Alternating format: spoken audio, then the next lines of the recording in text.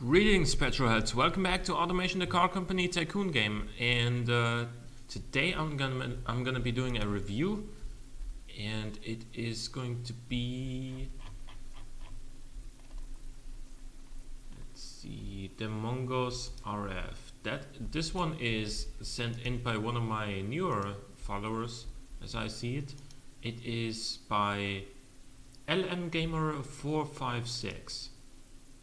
And so apparently we have 3 different trims.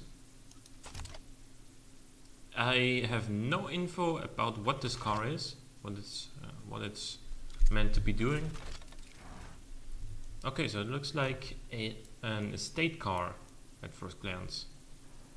Let's just start with the chassis. First of all, generally, plans for this week, I will be doing a tutorial video on Friday, on my Friday automation episode, and I will be trying to get a stream ongoing on Saturday, because I've had issues with my broadcasting program, which I also use for recording, and then I contacted the support and whatnot, and they told me exactly what to do. And now at least one thing I have noticed is that the whooshing sounds in the background of my videos is now gone, so that's at least one improvement. Hopefully the streaming will actually work as well, and we'll see on Saturday. In any case, this car has a glued aluminum chassis. It has double wishbone front and rear suspension and aluminum panels.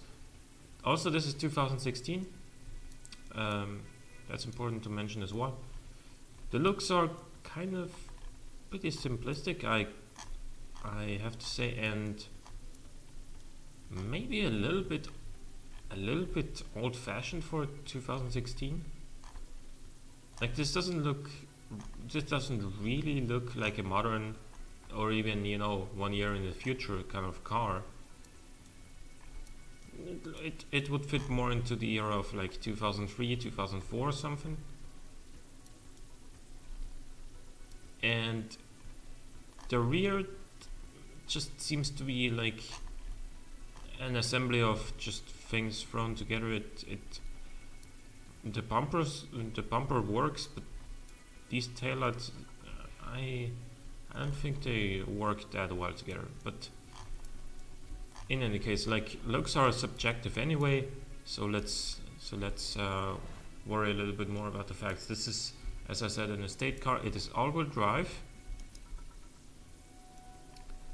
and in this trim we get a 3.5 liter V6 with twin turbos, dual overhead cam, 4 valves per cylinder, no VVL, and aluminium for the block and the head.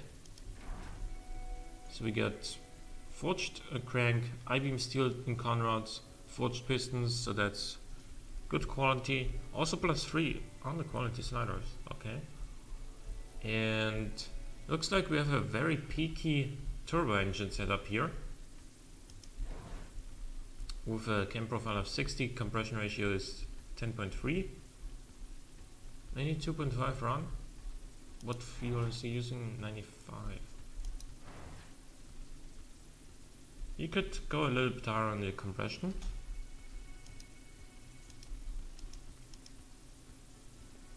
Yeah, 10.7 would be as far as you can go. We got a pretty large compressor, medium-sized turbine, 0.85 AR ratio is relatively low, and 0.93 maximum boost. +8 quality too, for some reason. You got +3 quality on the head as well. So this is one of those engines that has a lot of high quality parts thrown onto it. We got direct injection, throttle per cylinder configuration, and performance intake. Given that this is probably supposed to be the entry-level model of this car, maybe not the best idea to throw like throttle per cylinder and performance intake onto this, but we'll see what it does. Dual exhaust, big exhaust, and 2 reverse flow mufflers, so keeping the engine nice and quiet. But it being a V6, in game at least, it's still gonna be pretty loud.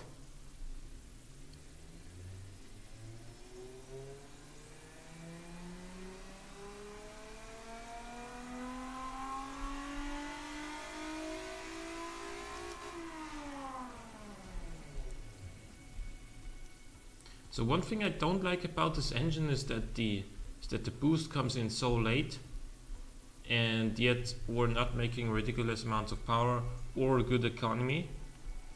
Also, we have really high quality parts in there. You can see the material costs are 3,400, and yet I'm very sure that you can achieve all of these numbers, except for reliability maybe. You can achieve the same power and torque and the same or even better economy without all of the quality, and make the engine much less expensive to produce.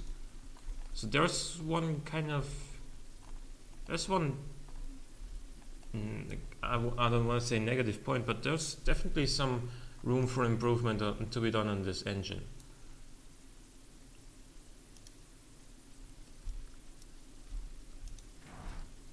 So we got a double clutch 8-speed gearbox with pretty short gearing, and it's also it's going to be limited to 275 kilometers per hour.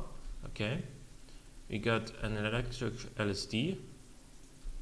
We got 40 to 60 power distribution, again plus free quality. Then sports tires, 19-inch rims, 255s all around. Yep, and then alloy rims. No quality in the tires, huh? That's the one. This is the section where I like to use on quality quite frequently, because more quality on the tires is not that much expensive, but it can give you quite a large benefit. Vented discs all around, 4 pistons front, 3 pistons rear. We do have brake fade, which is kind of understandable because this is a large, heavy car. But still, if you're gonna be going for vented discs and big rims, there's plenty of space for bigger rims. So we can, yeah, the 325s would have solved the issues. Going back down will decrease our drivability by 1 full point, and the sportiness by 0.8. So yeah, definitely should consider changing the brakes.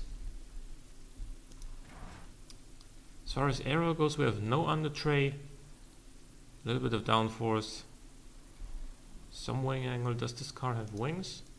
No, it does not have any lips or wings, so these sliders, the wing angle sliders, don't matter.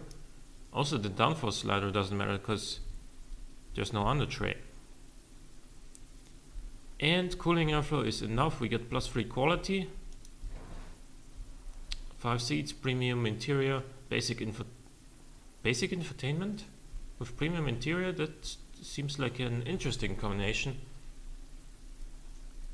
We also got +1 quality in the entertainment and driver assist section. This car makes a little bit less sense now that I think about it.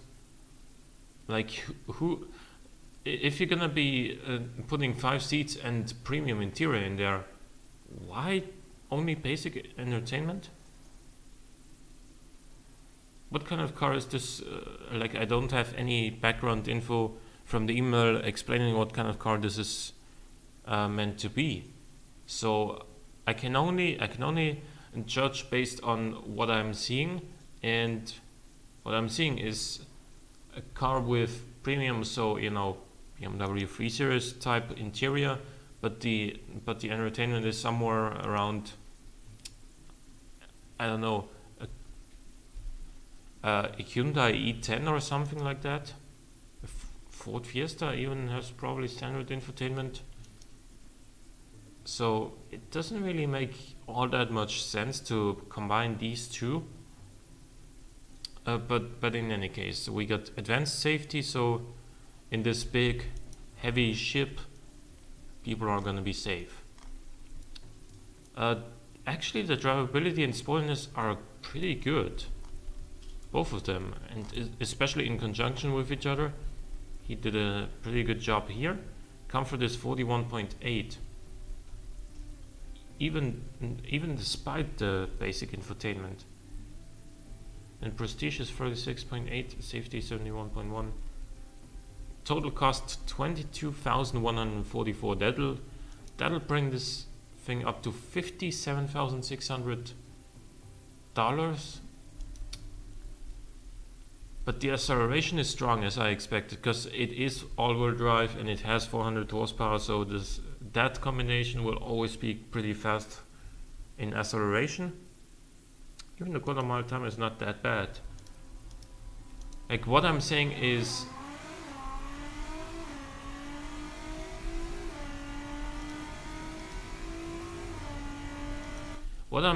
not that this is a bad car, only that it could be improved in some areas. Mainly the engine, possibly also the gearing, because it's kind of weird to have the setup where you have to go to 4th gear in order to cross 100 kilometers an hour. So if we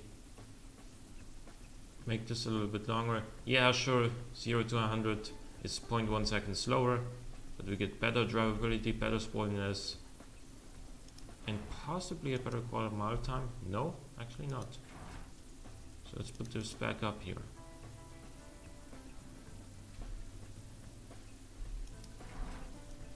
But there are 2 more versions, and we have looked at the 400.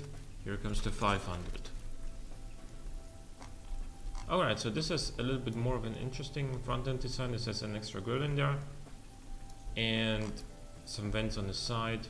Rear end has quad exhausts now. The chassis is gonna be the same because you can't change that between models.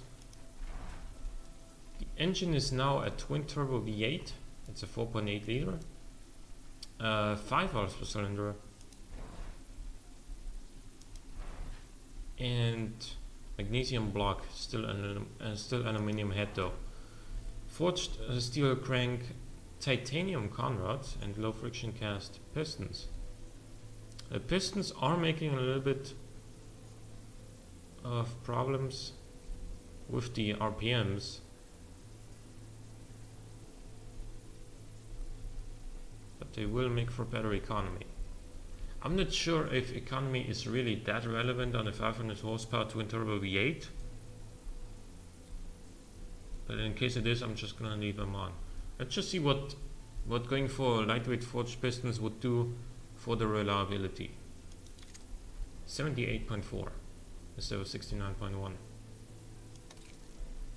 Right. Also worth mentioning +3 quality in here. Then +6 quality on the head, and 40 cam profile is very low. 8.5 compression ratio is also very low. A lot of boost, that's what I expected. And water to air large and not huge to save a little bit of weight. Big turbine, relatively late turbo spooling again. 0.9 AR ratio is also still very low. Seems like you have a different approach to how we tune turbo engines than me. Because I like to decrease the turbine size more and go a little bit and go higher on the AR ratio. But that's, I mean, if it works, that's still totally fine. RPM limit is 6100 RPM, so the turbo spools in after halfway through the RPM limit, which is going to make the in-game launch of this car a little bit slower. Direct injection, single configuration, performance intake. Still the performance intake, huh?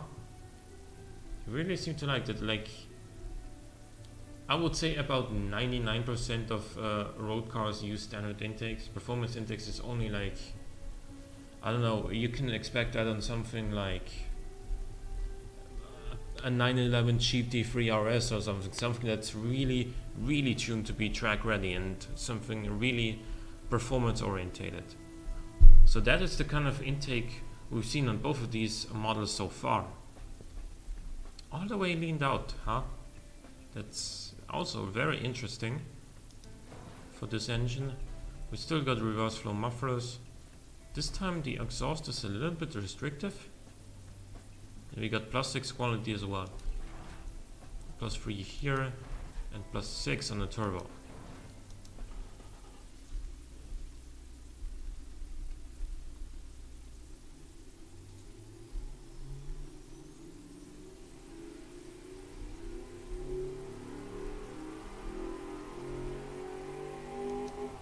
Looks like we have bypass valves, don't we? Yeah. Okay. Good. So let's see. Gearbox. 8-speed double clutch again. Geared to do exactly what it is supposed to do, 303 kilometers an hour. Same power distribution as we've seen already. Sports compound 20-inch rims this time, 285s front and rear. Now this car, like, this screams I am a performance car to me, so I'm gonna be treating it this way. The steering behavior graph looks really, really like it. And we have carbon ceramic brakes. Even on the presumably mid-range model of this car. Then we have no under tray yet again. Still no lips or wings for downforce. So what I'm imagining this to be is probably something like, you know, I'm sure you remember the BMW M5 Touring, the 5-liter V10. 570 horsepower, you know, estate car, or the Mercedes E63 AMG T model. It's also an estate version of the E63 AMG. I'm imagining this to be sort of a competitor to that, and of course the Audi RS6. And yeah, for that we have 5 seats, premium interior. And standard infotainment again, actually we used to have a basic in the other one. Still kind of lacking compared to its, you know, kind of obvious German rivals. All driver assist, as you would expect, advanced safety, active sport springs, semi-active dampers. Pretty low ride height, but it can deal with it. We got no bottoming out. And a very, very stiff suspension actually, but the suspension graphs looks pretty good. So let's see what all this does. Drivability 49.3 is still not bad, but worse than on the other car. Obviously we now have more power. Sportiness is higher, comfort is higher for some reason, probably because the V8 is smoother than the V6. Prestige, obviously we got more cylinders and better entertainment, and safety is also up because we also have a lot more weight now. The economy is somehow better, well, but the V6 only made like 19% economy. What was this make? 28%. So a lot better on the efficiency of the engine there. And also expect this car to be faster. 3.4 seconds, 292 top speed, can't quite reach the 300 quarter mile time off.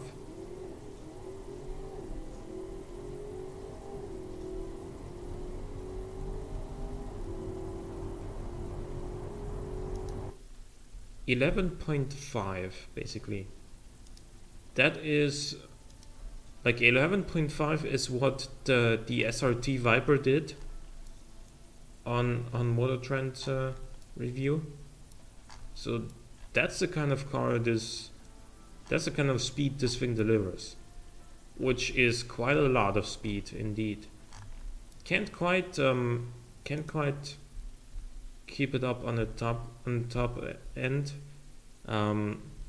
It does run out of power before 300 kilometers an hour, as opposed to the Viper's 330 kilometers an hour top speed. But again, this is an estate meant to be comfortable and everyday usable.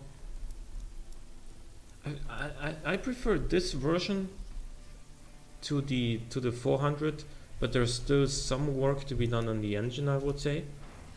With this much quality, you can definitely maintain this power output and make the turbo spool up a little bit earlier.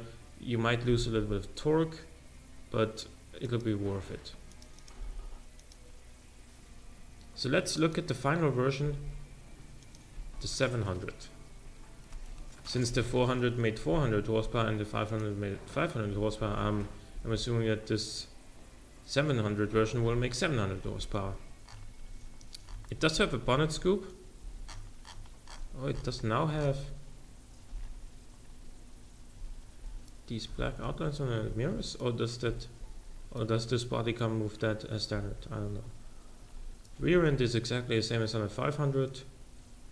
Some more vents here. Okay. Engine is the same 4.8 liter twin turbo V8, but in a different configuration. I-beam titanium conrods, lightweight forged pistons, billet steel crank, +3 quality in here, so that is a very expensive bottom end indeed. 8.9 compression ratio, 70 cam profile. Could have gone a little bit higher, but 70 is still fairly high. VVT on all cams, +3 quality in here as well. Twin turbo again, ball bearing and huge water to air intercooler. A very, very large turbine and a pretty large compressor as well. Not very much AR ratio, but only 1.15 bars of boost. So this is a very different turbo setup from what the 500 used. Direct injection, throttle per cylinder again, performance intake. This time kind of justifiable, maybe. Let's see, why did he not go higher on the RPM limit? A little bit of, just the tiniest bit of valve load would occur, but it's no problem.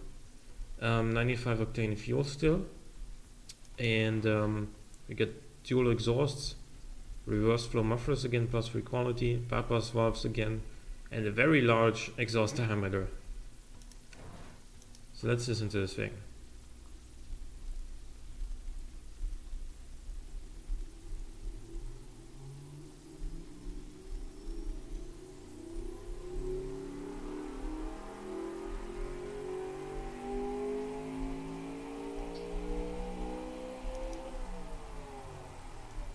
So indeed, this thing makes 700 horsepower.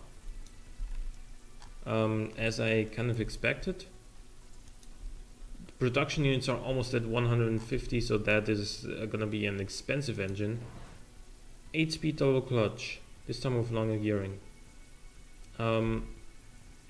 Lots of overdrive, because 8th gear is just overdrive, and 7th gear will reach the top speed, excuse me. Still the same electrical LSD and power distribution as we've seen. 21-inch tires, or rims, I should say. 285s all around again, like on the 500. This time making a little bit more use, but obviously because there's 200 more horsepower. Magnesium rims this time. Carbon ceramic brakes, 6 pistons front, 4 pistons rear. Obviously no brake fade with those carbon ceramics. No under tray still. Also still no lips or wings or anything, providing great visibility. Then we got just enough cooling airflow, +3 quality on the aerodynamics as well. Still standard infotainment. Really trying to keep these cars light, are you? Same kind of suspension setup as we've seen on the 500. slightly higher ride height, plus wheel quality in the suspension. That makes for pretty much the same drivability as on the 500, which actually doesn't surprise me that much because we still got all-wheel drive and, you know, massive tires all around. So there's not really much more wheel spin.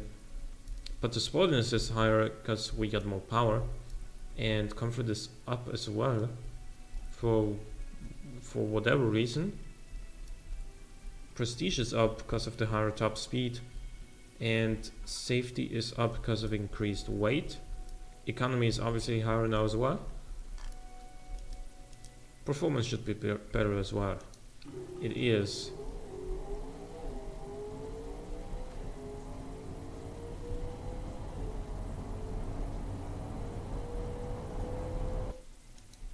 So a 10.7 10.7 second quarter mile time is actually almost the same as a Lamborghini Aventador, which does it in 10.6. So this is the kind of speed this thing delivers. But you would expect that with 700 horsepower and all-wheel drive, like a car with this much power and this much traction is always gonna go like hell. There's no way around it. And still, let's try something. I mentioned that I would prefer the maximum boost of the turbo to arrive at or before halfway through the RPM limit, because halfway through the RPM limit is where in automation the car launches. So let's set this to 8200 RPM, so this spools up at exactly halfway. And we get better acceleration.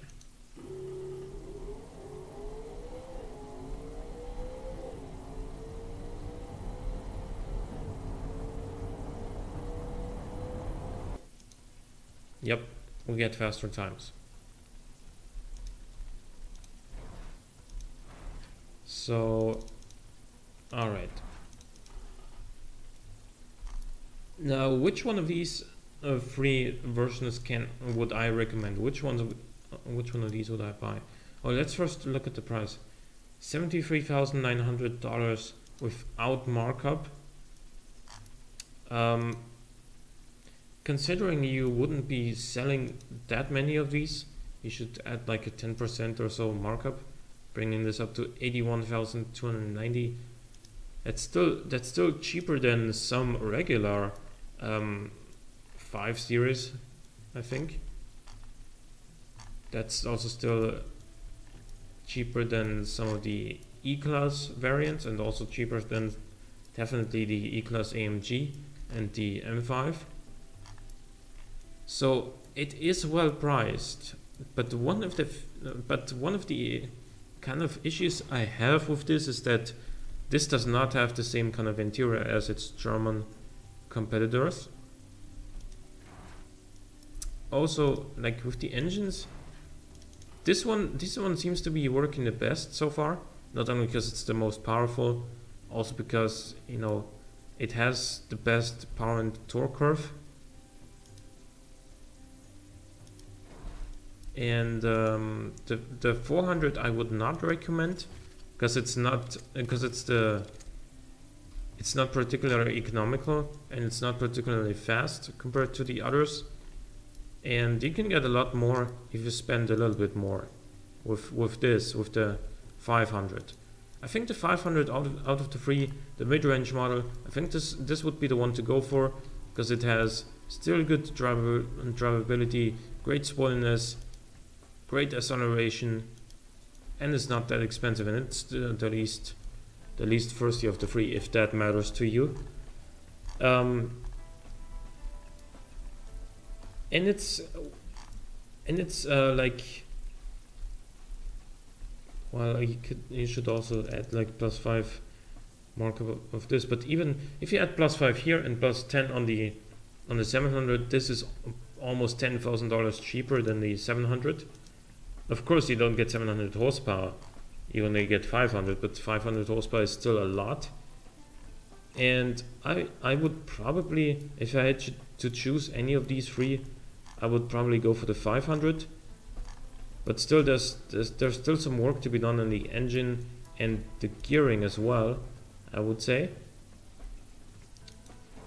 But you've done a pretty good job with the higher performance models of this. The 400 I would probably revise quite a bit.